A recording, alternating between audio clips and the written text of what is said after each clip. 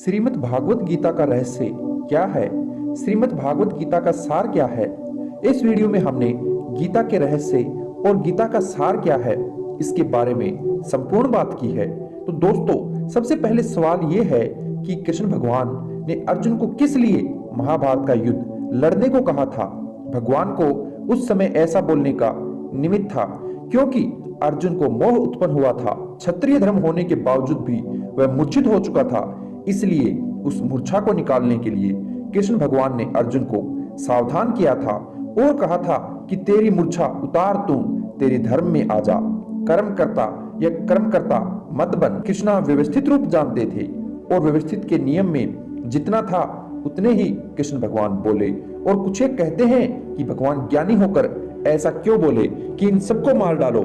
ये तो सिर्फ भगवान कृष्ण का उपदेश था, कोई हमेशा के लिए उपदेश नहीं दिया कि सबको मारते रहो।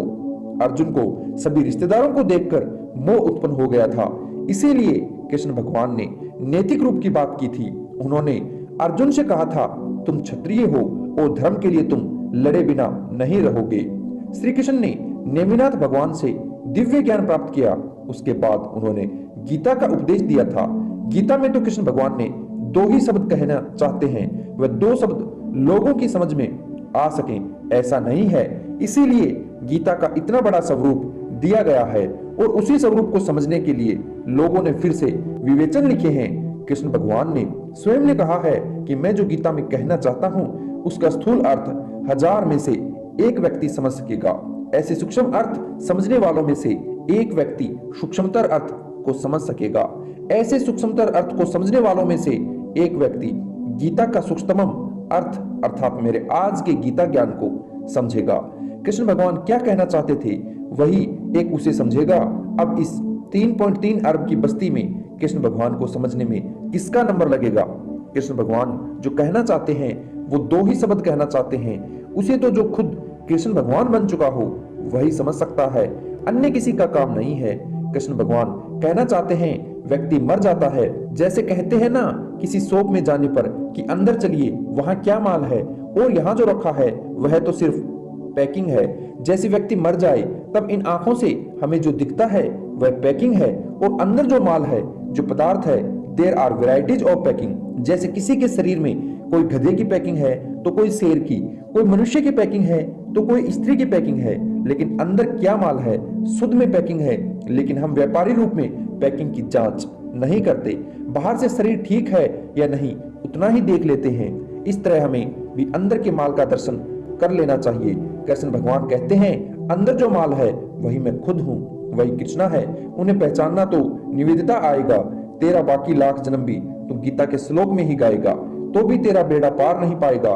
पैकिंग और माल शब्दों में कृष्ण भगवान जो कुछ कहना चाहते हैं वह ये बुद्धिशाली लोग गीता का अर्थ जानने वाले हैं, उनकी पुस्तक निकलती है। माल का तो सच्चा अर्थ इनको करना नहीं आता और बड़े बड़े विवेचन लिखकर तर्क निकालते हैं, लेकिन यह तो खुद से अपना नाम फैलाने के लिए करते हैं। बाकी तो दो ही शब्द में कृष्ण भगवान का अंतर सामान्य समा जाता है। मान लो बेटा यदि हॉस्टल में पढ़ रहा है तो पिता उसे कुछ शब्दों में पत्र लिखते हैं, तू पढ़ता नहीं है और मेरे पैसे बिगाड़ रहा है। सिनेमा नाटक देखता रहता है, कुछ भी नहीं करता। तब ऐसे में बेटा क्या करता है, अपने पिता का पत्र खुद के फ्रेंड को दिखाता है और कहता है कि देखो मेरे पिता कैसे जंगली हैं, लोभी हैं, क्रोधी हैं, कंजूस हैं। लड़का ऐसा क्यों कहता है? क्योंकि उसे पिता की बात समझ में नहीं आती है, वह पिता का अंतर्मन नहीं समझ पाता है। पिता और बेटे में मात्र 25 सालों का डिफरेंस है, फिर भी अपने पिता का अंतर्मन बेटा नहीं समझ पाता है। लेकिन वहीं कृष्ण भगवान को तो 5000 साल हो गए हैं गए हुए, तो 5000 साल के डिफरेंस में कृष्ण भगवान का अंतर्मन कौन समझ सकेगा? उनका अंतर्मन कौन बता सकेगा? वह तो खुद कृष्ण भगवान ही बता सकते हैं। पहले के जमाने में 25 साल के डिफरेंस में पिता का अंतर्मन बेटा समझ जाता था, जबकि आज के 25 साल के अंतर में उनके अंतर्मन को समझने की शक्ति नहीं रही है। तो फिर बताइए भगवान श्री कृष्ण की बात किस तरह समझ में आएगी?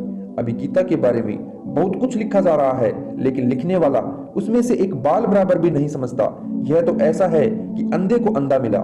कुछ लोग गीता को ऐसे समझाते हैं जैसे वो गलत नहीं है, करेक्ट है, लेकिन वह तो बात फर्स्ट स्टैंडर्ड के मास्टर जैसी है और ठीक ऐसी बात है कॉलेज के अंतिम साल की बात है जैसे उसमें फर्स्ट स्टैंडर्ड की बात होती है, वैसे ही इसमें गीता की विवेचन की बात होती है। सिर्फ ज्ञानी पुरुष के पास ही सुवत्र के यथार्थ की बात मिल सकती है। तो दोस्तों, आज का वीडियो आपको कैसा लगा कमेंट करके अवश्य बताइए। दोस्तों, मैं आशा करता हूं गीता के इस ज्ञान का आप हमेशा सदुपयोग करोगे। मैं आपके सुनहरे भविष्य के लिए आपको ढेर सारी शुभकामनाएं देता हूं। ऐसे ही आगे बढ़ते रहिए, हमेशा कुछ ना कुछ नया सीखते रहिए और सबसे जरूरी बात, मुस्कुराते रहिए। ये आप पर अच्छी लगती हैं। इस वीडियो को अंत तक देखने के लिए आपका तहे दिल से धन्यवाद।